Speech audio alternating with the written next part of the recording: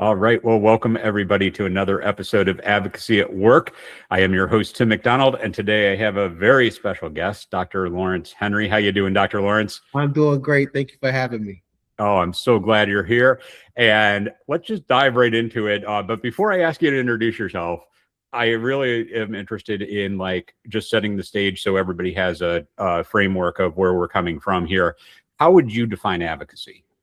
Advocacy is how can you gracefully and sometimes painfully do for others that they can't do for themselves?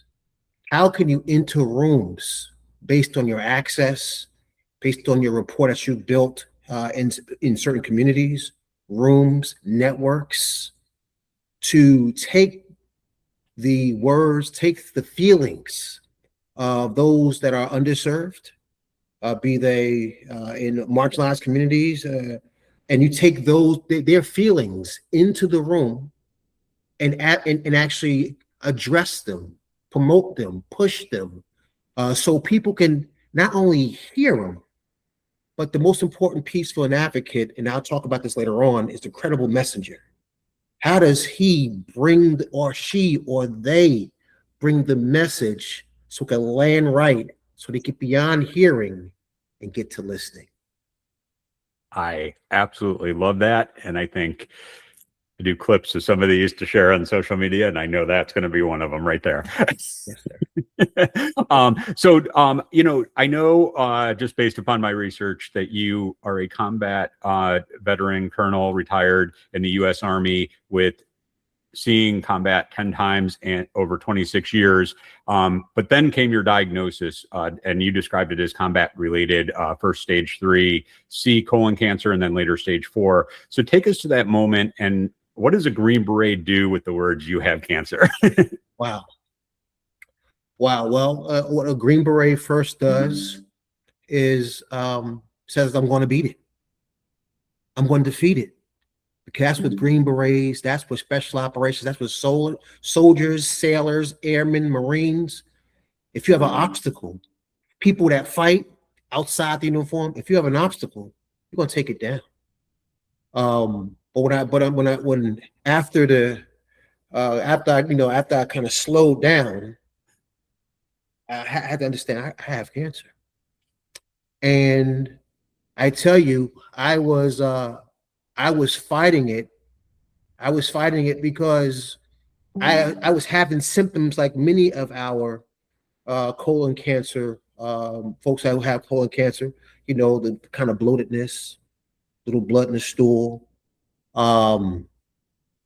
pain. And I just chalked it up as a Green Beret. I've been to many exotic places in the world. Central South America, Afghanistan, Iraq, Pakistan. You're going to leave there with a little indigestion. You're not wired. Some of us are not wired to have those exotic foods. So I kind of rationalized. I rationalized just that feeling with those experiences.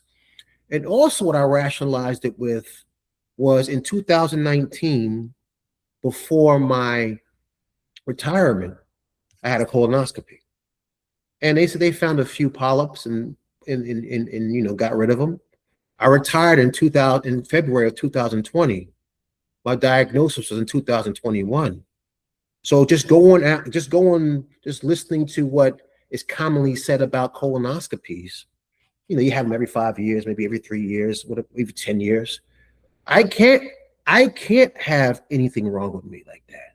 That's impossible. I just went through a very thorough medical, a physical. I went through a very thorough physical for my outcrossing of the military. So nothing could really happen until that day, until I submitted. Said, okay, I'll take a colonoscopy. And everybody knows the reason why I really didn't want to take the colonoscopy because of preparation. That's the whole reason why. That's the whole reason why I didn't want to do it. But I took it, and the day that the doctor at the VA, the Tampa VA came back and said, you have a malignant tumor in your colon. I didn't know what that even meant. I didn't know what that meant. You know, I was just worried about my graham crackers and ginger ale because I was starving. You know, so I didn't know what that meant until it started to sink in. That said, this what's happening is this tumor is trying to break through the organ to get into the system, and after that, it may be some real problems. And what I thought after that, after I said I was going to beat it, after I said, oh, you know, I didn't need it. I really started thinking about my mortality and fear and fear. So then that's one thing that I like to talk about a little bit later, how I gave up the mission. I gave up the mission to somebody, to a group of people who I did not even know. I've vetted all kinds of missions over the last 26 years. I made sure I had the right people on the team, the right equipment, the right funding. But for this mission, the you know, mission of a lifetime, literally, I gave the mission up and I didn't ask any questions. And that right there is why what drew me to advocacy as well, because I couldn't even advocate for myself. Wow. That is so powerful. And I imagine pretty difficult for somebody who's used to planning, that all of a sudden you're just, you know, in that mindset of, I can't plan for this. I'm just going to trust in it. I'm just kind of curious, like, were you realizing that in a moment, or was it a reflection back that was a transition period in your mind? In the moment, because of fear, anger, COVID, because we were in a COVID environment. There was just so many things going on in my life at the time that I said, you know, I'm just gonna take my hands off the steering wheel and allow the team to do their job. And the team at the Tampa VA did a wonderful job. They did a wonderful job. But I'm a person that feels sometimes we achieve success by accident. And I'm a type of guy, I like to know, I like to map, I like to chart, so I can know every turn and corner and have questions for my providers, for the teams, for the oncologists, for the surgeons. So I will know. And that didn't occur. And I felt very, I was very thankful for the team in the Tampa VA, what they did. But the next time, because again, there's a part two to this, unfortunately, there's a part two to this cancer story. I just felt that I did not do enough to help the team and to help me emotionally. I like to talk about that later as far as the emotional impact that should be alongside of the cancer therapy piece, because there's an emotional, psychological piece that goes through this as well. Yeah, and you and I could have a whole nother side conversation about this topic. But I'm kind of curious. So, you know, you're in treatment. You know, your stage 3C when they diagnosed you. Talk about like your treatment and how you went through that. Did you get to, you know, did they just do a little bit of chemo, cut it out, or, you know, what kind of happened there? Yeah. So the procedure was that they was going to conduct. They wanted to conduct a laparoscopic surgery first, robotic surgery, going from my left side and go across to the ascending colon and cut that portion out, and then and all the infected or affected lymph nodes. Okay, take that out first.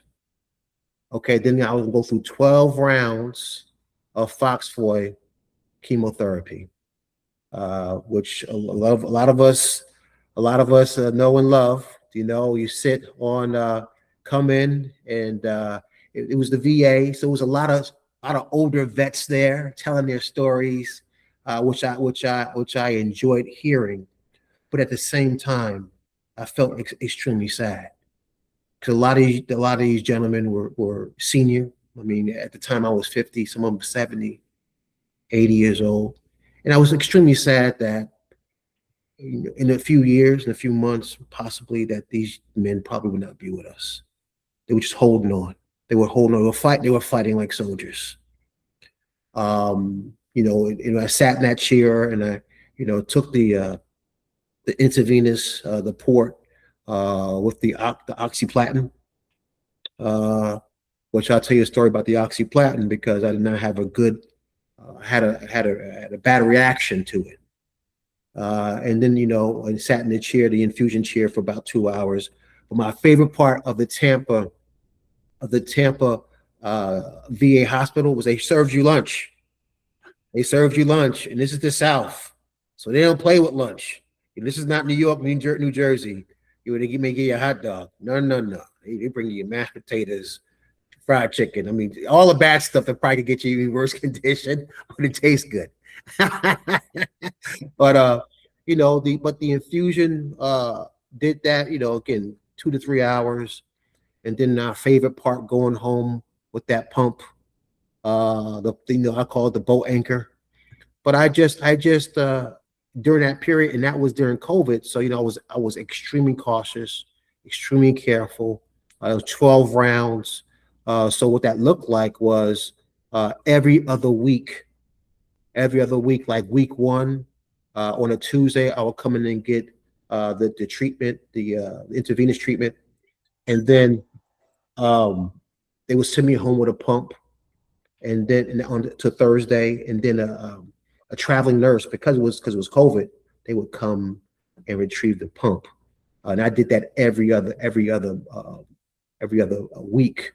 Now the side effects that I got from it was peripheral neuropathy in my hands and in my feet, and that's just par for the course.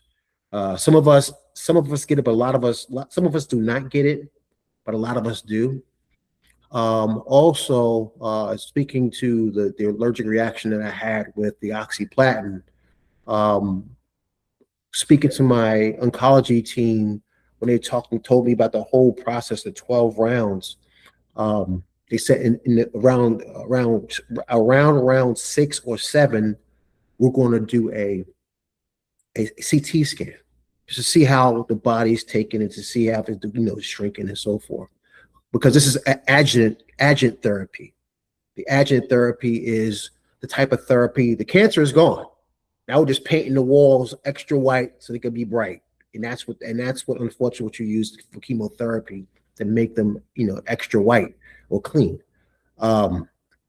So the 6 week came, and I asked to have my CT scan, and they were like, "No, you're doing fine. You're doing fine. Just keep on going." I was like, "No, I'm feeling kind of labored when I walk up the stairs, and I'm sweating a lot, and it's just I feel my heart beating really hard just doing simple tasks." He said, "No, you're fine. You're fine." No, I insist. Now I'm advocating for myself.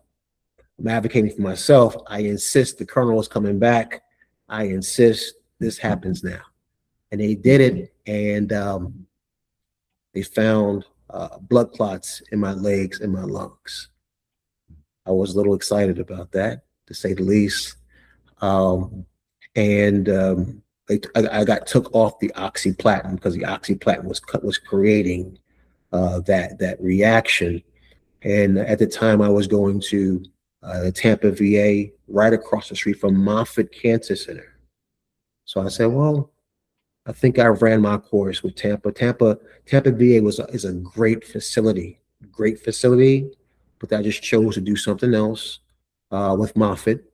And Moffitt, nearly seamless, walked me through all my options. You could do absolutely nothing, get back on oxyplatin.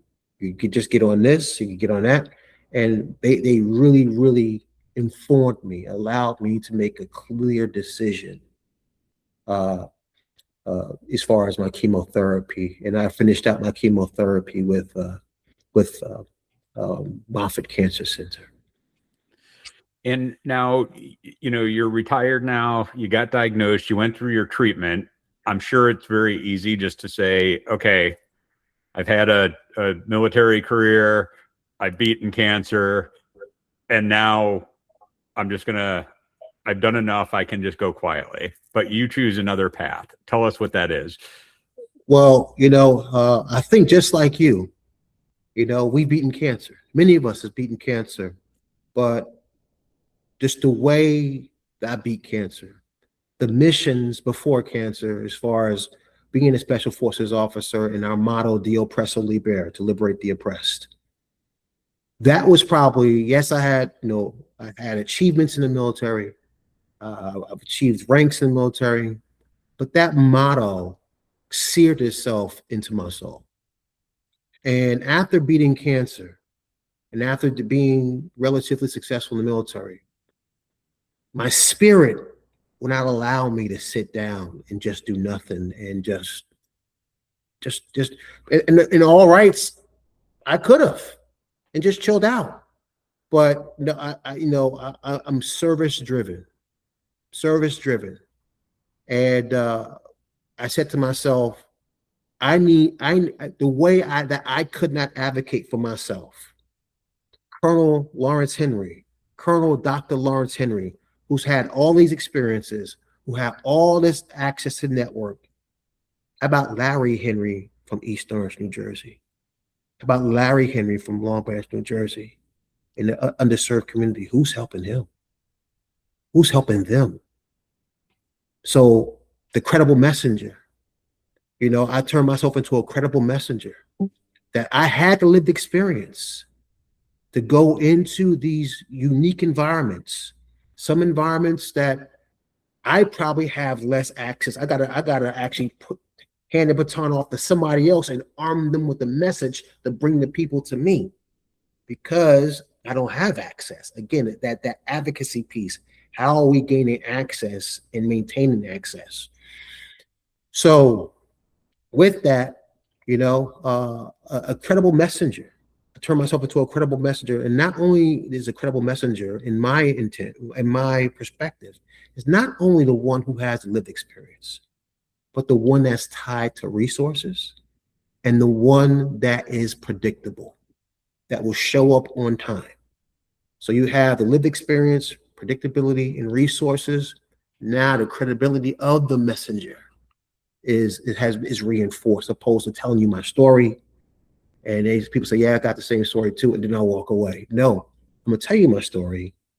Now walk with me, trust me, to demystify the medical system. Walk with me.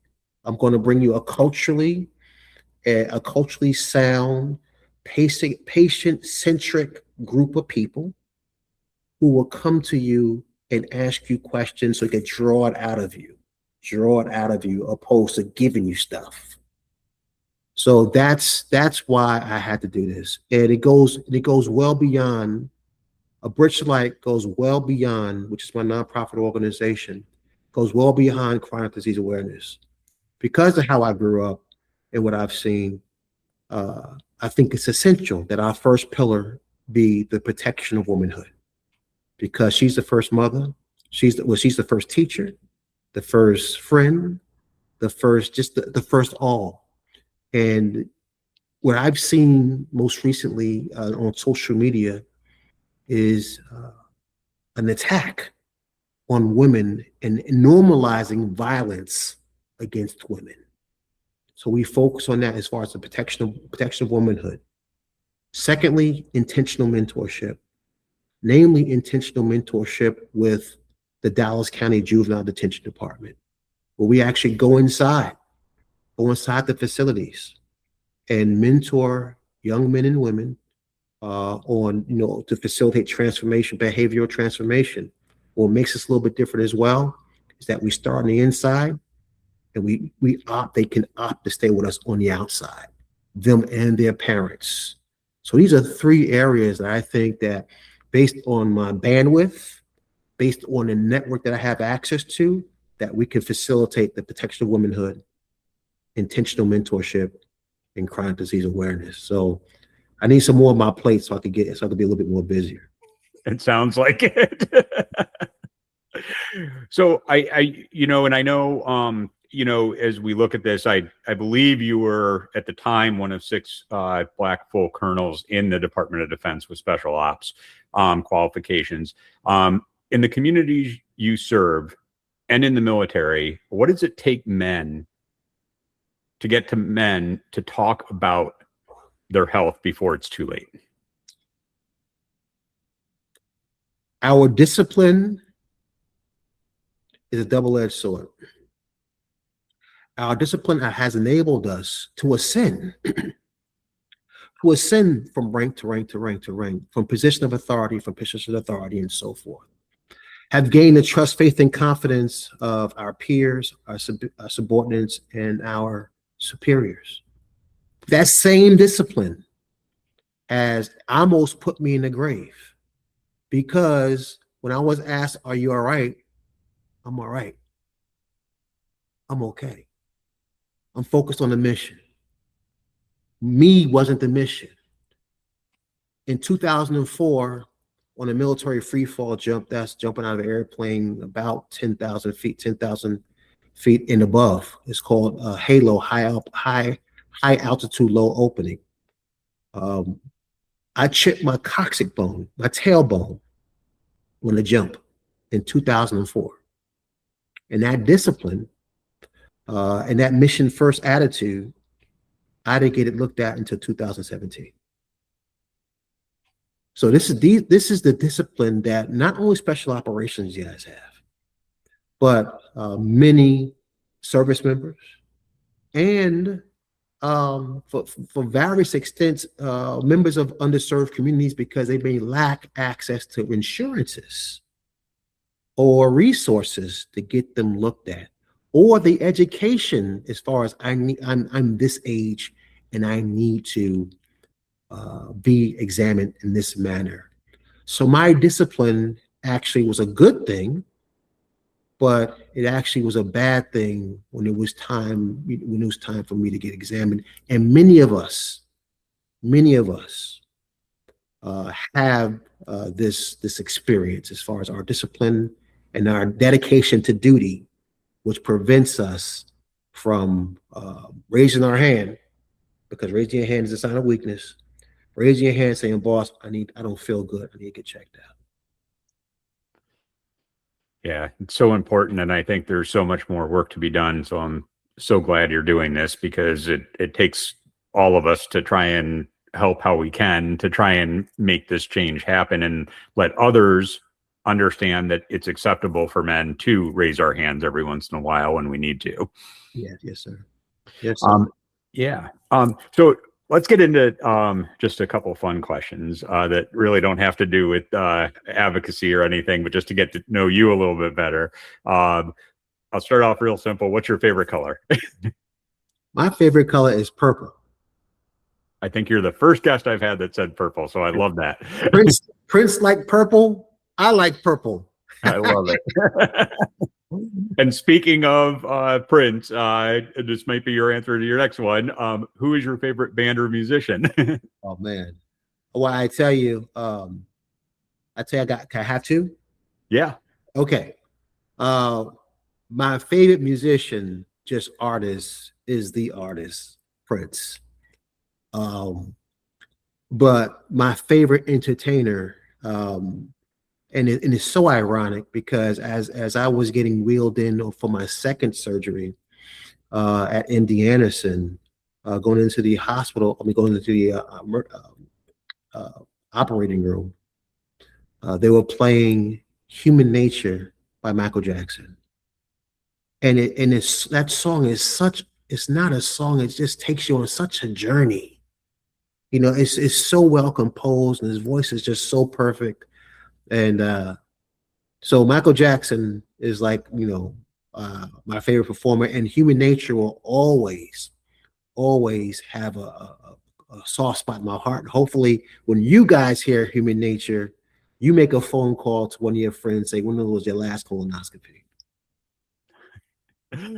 Now, I'm really curious about this question, because I know you mentioned you've been to quite a few exotic places, but what is one place that you've always wanted to visit but haven't yet?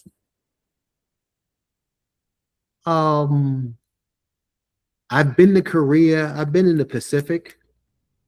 I haven't really explored like Bali and Thailand, and just the Pacific culture. It gives me just the understanding of peace, tranquility, of happiness, just respect. So those places that I would love to visit. Haven't visited just yet. And last question on this topic is, what is one thing that most people do not know about you? Um, well, that I'm a feeler. I feel, and I love hard. I love hard, and that could be a good thing and a bad thing.